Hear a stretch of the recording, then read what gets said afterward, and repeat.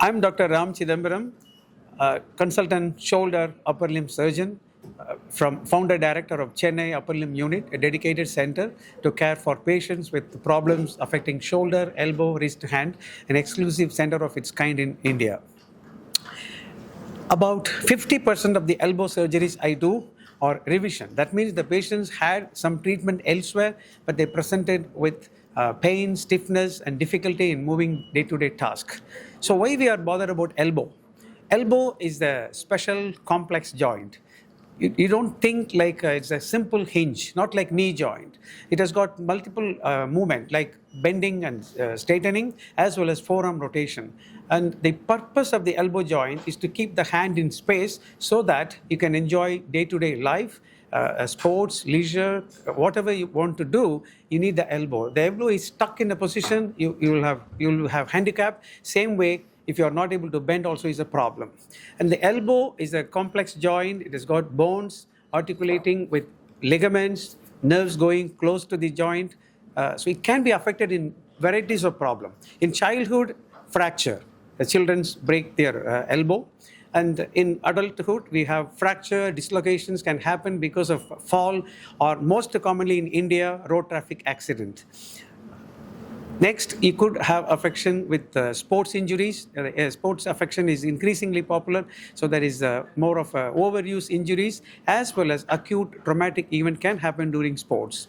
Elbow can be affected by arthritis, could be age-related osteoarthritis or rheumatoid arthritis, and tumors, infection. So there are a lot of problems the elbow joint can be affected, but there is very little awareness of the complexity of the elbow joint as well as the treatment options available for these conditions. And so the patients often get to see bone setters or general physiotherapists or general physician or general orthopedic surgeon, and sometimes they may not get the best treatment and they might suffer in silence. And at a lot of surgical cost, they will not be able to do what they wanted to do. So we have why I am talking about elbow because I was fortunate enough. I spent about 12 years in UK as well as I traveled overseas across. So happened to have excellent training in elbow surgery specifically from none other than Dr. Sean Wood, it's called from Mayo Clinic, and my mentor Dr. Daniel Moore from UK. So I was fortunate, I learned it, I'm practicing it, but there is little awareness in India among the general orthopedic community about the complexity of the elbow problem. Now, why exclusive conference or meeting on elbow joint? Because the elbow joint is treated as one of the many joints in other conferences. We have trauma conferences, keyhole surgery conferences, joint replacement conferences. The elbow will be talked about for a session or for off day. So not much is discussed. So we would like to bring the focus on the elbow joint. We would like to have a dedicated conference. This is the first time ever conducted in India. 3-day meeting exclusively talking about the problems of elbow joint and the treatment options available to treat many conditions we see in elbow. It could be conservative treatment, physiotherapy, good rehab advice, or could be orthobiological injection, keyhole surgeries, elbow joint replacement, partial or total, ligament reconstruction, fracture reconstruction. There is a wide range of options available, but we wanted to improve the awareness of the elbow joint among the public, among the general doctors, because if the public and the general doctors are aware, such a solution exists for elbow problem, then the patient will get automatically seek for the best treatment options available. So that is why we are here. We are very grateful to our international faculty. The first time we have 6 international faculty for this meeting. We have Dr. Bain from Australia, Dr. Lee van Rensburg from Cambridge, UK, and we have Dr. Jeon from South Korea. We have Dr. Radhakant Pandey and Dr. Harvinder Singh from UK, Dr. Melanie Amarasooriya from Sri Lanka. And like Dr. Bain and Dr. Lee van Rensburg and Dr. Jeon, they are prolific elbow surgeons. They do around 500 to 1,000 elbow operations a year. They concentrated, they've done a lot of research. So we would like to learn from the expert. Especially, we would like to transfer the knowledge on this elbow joint, its anatomy, the complexity of the injuries, what treatment options are available, etc., to then pass it on to the next generation of orthopedic surgeons. So we have over 100 orthopedic surgeons who traveled all over India to attend these conferences here in Chennai today. Today and tomorrow, we're going to talk about the anatomy, the biomechanics, the clinical, how to examine the elbow, when to do the investigation like MRI scan, CT scan, how to interpret, how to assess an injury, what is the best treatment available. Be it a fracture, instability, dislocation, or arthritis, or nerve compression syndromes, or infection, or tumor, the entire range will be discussed. Keyhole surgery and elbow replacement will be discussed tomorrow. Icing on the cake, on Monday, we have planned a cadaveric skill course in collaboration with Madras Medical College. So it's a collaboration from private sector to a government medical institution to conduct the cadaveric training course in Madras Medical College. The faculty, we are going to demonstrate the approaches to elbow joint and demonstrate the key surgical procedure so that the delegates who are participating will learn and practice the best practice of elbow surgery, which will benefit the future of Indian patients, public, and doctors. Talk about elbow surgery. What is the percentage of people come for elbow surgery? It depends on where we practice, because in my practice, the patients come seeking attention after mostly having had some treatment or failed treatment elsewhere. So basically, majority of patients go to general orthopedic surgeons or physiotherapists or general doctors first. If they know where or what could be done for the elbow injury, then they can be redirected to the expert.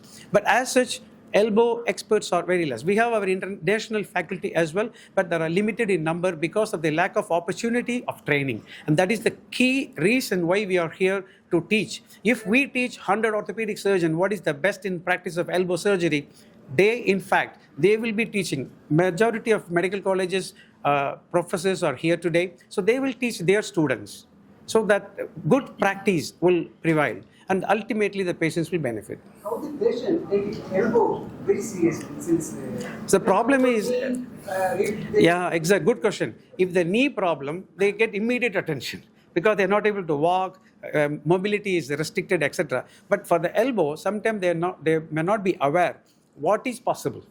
So here we say what we call terrible triad injury. Whole morning we talked about it. So the elbow fractures, dislocate, the ligaments torn, very bad shape. But if you just put in plaster or bandage, they get stiff. If the stiffness of elbow is a big problem. If it is stiff, the patient may not be able to eat food. They go like this. Or if they want to reach for the right side, if it is a non-dominant hand, they want to do personal cleaning. If the patient is not able to straighten the elbow, they are handicapped. But they come late. If they come late, yes, still possible to do some reconstruction, complex surgeries. But when they come early, they can get the best treatment. Nowadays, best treatment are available. Make the elbow stable and move early. If the patient fractures the elbow, we can fix it successfully and make it move the next day. And that is where the future direction of teaching is going to be. Currently, general tips for patient to safeguard the elbow surgery. Well, I can't say don't travel and don't have an accident, but in elderly age groups, sometimes the fracture happens because of osteoporosis. That could be probably checked. You want to answer that question, Lee? Any particular precaution for... I don't have anything particular that will be able to stop you having an elbow injury. Keeping your bone stock as you get older, good. Preventing osteoporosis, all the sensible health guidance. But I don't know anything in particular that can stop you from having an elbow injury. Okay.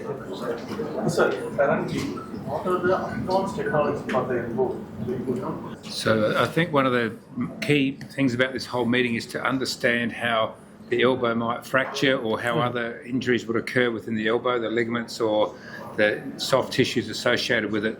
So we've spent a long time discussing that, how to interpret the scans, and then to apply that at the operating table to try and get the best outcome for our patients.